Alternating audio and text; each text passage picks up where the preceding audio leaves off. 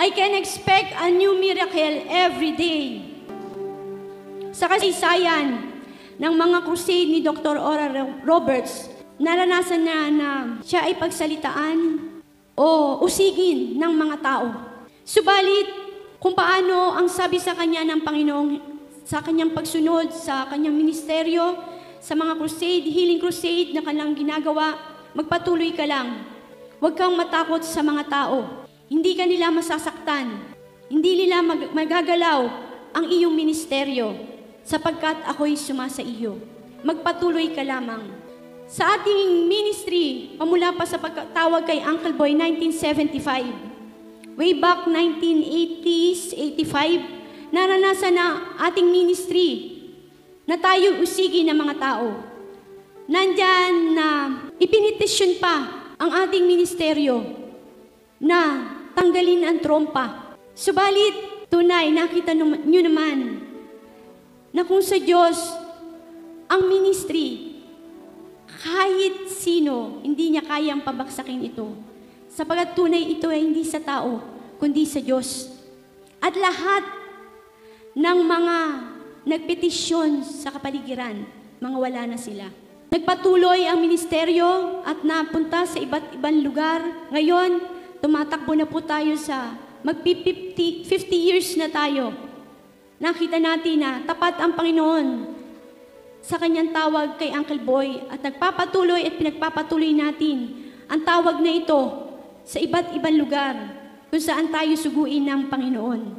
At tunay po, nagpapasalamat kami sa Panginoon sa ginawang paghayo ng ating mga kapatiran. 3 araw, from Tuesday to Thursday na paghayo. Tunay, nauna na ang Panginoon sa naging mensahe niya noong nakaraang linggo. Let God arise. Let His enemies be scattered. At nakita namin na hindi naging hadlang ang ulan o bagyo sa pagpalaganap, sa pagpasik sa mga kaluluwa sa lugar na iyon ng salita ng Diyos at pagliligtas, pagpapagaling sa bawat kaluluwa. Naranasan namin na Tuesday morning uulan, pabugso-bugso ang ulan. Maaaring naranasan din dito na ang sinabi nung Monday, paalis na yung bagyo, subalit may darating pa na mas malakas at tatapat sa araw ng Friday ng hapon. Iyon ang sabi nila at lalabas ng Sabado. Sabi ko sa kanila, pag kami nagkakausap-usap, at ayun ang naging dalangin namin, salamat Panginoon, nauna ka na. Kaya nandun ang kapayapaan namin, tuloy lang. Maaaring sabihin natin na kay Brother Nep na baka pwede nating i-reschedule na lang.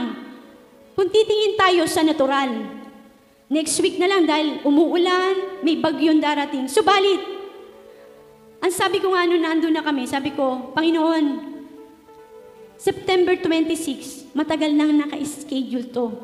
Kaya alam mo na meron tayong gagawing crusade. Kaya kami payapa, magtitiwala at sasampalataya na gagawa ka ng dakilang bagay at himala sa araw ng krusada. Ano mang pag-uusig ng tao, ano mang mga sinasabing mga giant na ating harapin. Tunay, ang sabi nga sa 1 John 4:4, "Kayo'y sa Diyos, mumunti kong mga anak, at inyong dinaig sila, sapagat lalong dakila siyang nasa inyo kaysa nasa sanglibutan." Inyo, ang dakilang bagay, nakakaiyak. Magkausap po kami ni Tihiling kahapon. Sabi ko, Tihiling, nakakaiyak, nakakagalak sa Panginoon.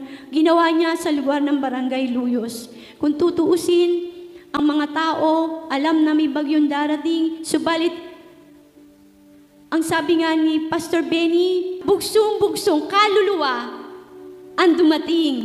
Kaya tunay na napakabuti ng Diyos. Nakita natin, nasaksihan natin, hindi lang isang bata, 2 bata ang nakakita sa Panginoong Hesus, kundi marami sila. Kaya nga nakakatuwa ang itong Diyos na ating pinaglilingkuran. Halos, yung mga relihiyong yun, lumambot ang kanilang mga puso.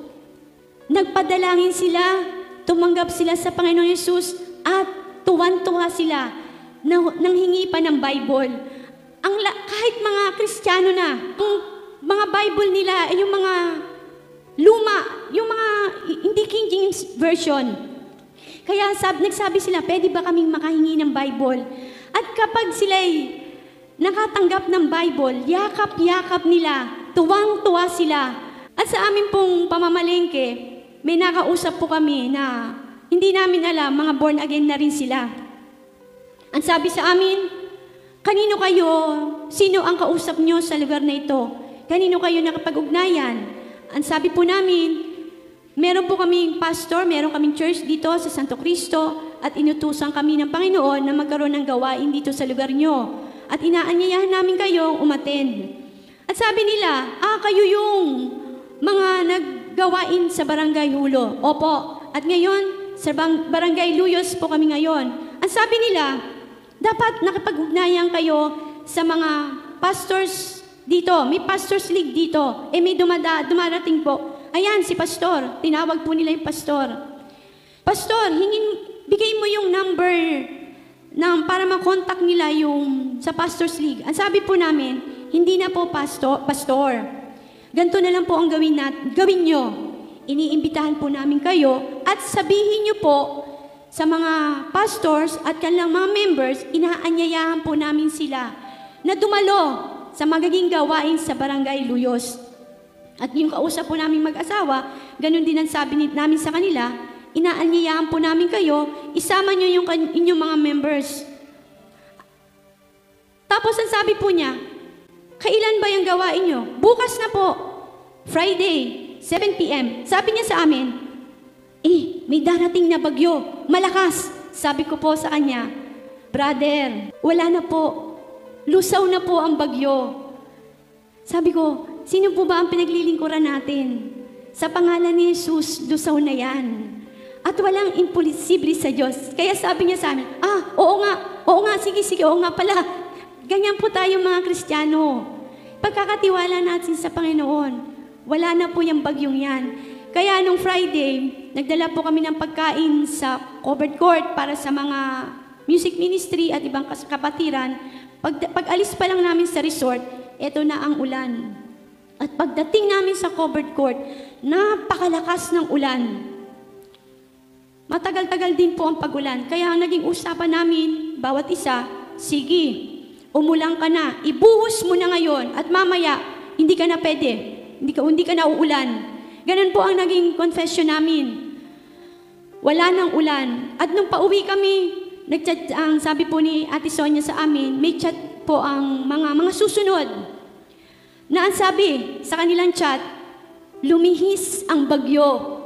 Hindi na siya dadaan sa Calabarzon o dito sa Nueva Ecija, kundi lumihis. Kaya nandun po ang kagalakan namin, katuwaan na tunay, buhay ang Diyos. Diyos ng himala, makapangyarihan sa lahat. Kung paano ang utos kay Uncle Boy, go forward, for I am with you. I have already given you the victory. At paanong utos kay Mami sa Osaya 6:3, at ating kilalanin, tayo'y magpatuloy upang makilala ang Panginoon. Ang kanyang paglabas ay tunay na parang umaga at siya'y paririto sa atin na parang ulan, na parang huling ulan na dumidilig ng lupa. Ito ang ating ilagay sa ating puso at isipan. Maghintay, mag-expect tayo sa gagawing himala ng Panginoon sa ating mga buhay. Sa lahat ng area ng ating buhay, sa ating pisikal na katawan, sa ating mga isipan, ating mga espiritual na buhay, ating pananalapi, at ating mga relasyon sa ating kapwa. Lahat ng bagay ay posible sa Diyos. Walang mahirap para sa Kanya. Sumampalataya lamang tayo sa isang buhay na Diyos na ating pinaglilingkuran. At ang mga himalang ating hinintay, ito'y ating makakamtan. I can expect a new miracle every day.